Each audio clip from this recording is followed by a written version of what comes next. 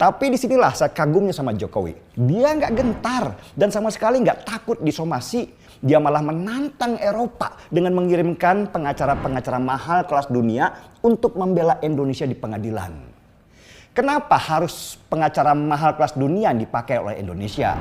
Ini bukan tentang potensi kemenangan yang lebih besar saja kalau pakai mereka. Tetapi tentang harga diri, tentang kebanggaan. Sekaligus sebuah pesan kepada dunia internasional bahwa Indonesia tidak main-main dengan kebijakan di dalam negerinya.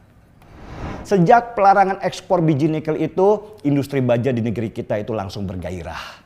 Sejak Januari 2020 sampai sekarang, nilai ekspor baja kita sudah ada di angka 152 triliun rupiah.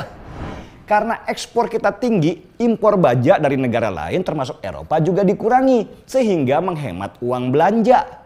Bayangkan, Eropa semakin marah sama kita kan. Jokowi bukan hanya melarang ekspor mentah biji nikel, dia mewajibkan pembangunan smelter atau industri pengolahan biji nikel di Indonesia. Jadi siapa negara yang mau biji nikel kita, dia harus bangun smelter di negeri ini.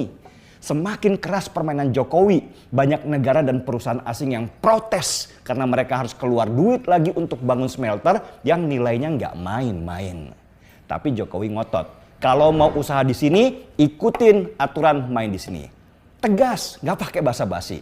Akhirnya, buru-buru perusahaan yang selama ini bergantung pada biji nikel Indonesia mulai bangun smelter meski mereka masih menggerutu. Di Gresik, Jawa Timur misalnya, satu buah smelter yang disebut terbesar di dunia milik Freeport senilai 42 triliun rupiah berhasil dibangun. Dan adanya smelter ini akan menarik 40.000 tenaga kerja. Kenapa smelter Freeport kok dibangun di Gresik bukannya di Papua? Ini bukan masalah kedaerahan seperti tuduhannya Pigai. Tapi lebih karena Gresik sudah punya infrastruktur untuk menghidupkan smelter itu mulai dari listriknya sampai pengolahan limbahnya. Sementara Papua sampai sekarang masih dibangun jalan-jalan supaya terkoneksi ke daerah-daerah. Itu belum gila.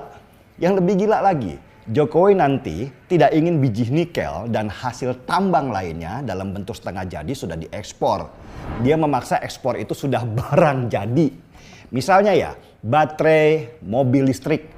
Siapapun perusahaan luar yang mau produksi baterai mobil listrik dan menggunakan biji nikel di Indonesia harus bangun pabrik di sini. Nggak boleh bijinya diekspor terus mereka bangun pabrik di negara lain. Lu mau bijinya, silahkan bangun di sini teknologinya. Biar sekali